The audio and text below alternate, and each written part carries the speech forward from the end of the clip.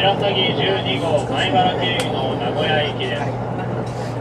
これから先、隣の駅と到着時刻をご案内いたします。次は鯖江です。15時44分に着きます。武生15時49分、敦賀16時9分、長浜16時37分、米原16時44分。途中の米原駅より1号車から6号車名古屋行きは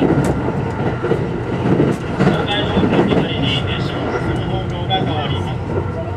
米原を出ますと大垣17時16分、岐阜17時26分、尾張一宮17時35分、終点の名古屋には17時49分に着きます。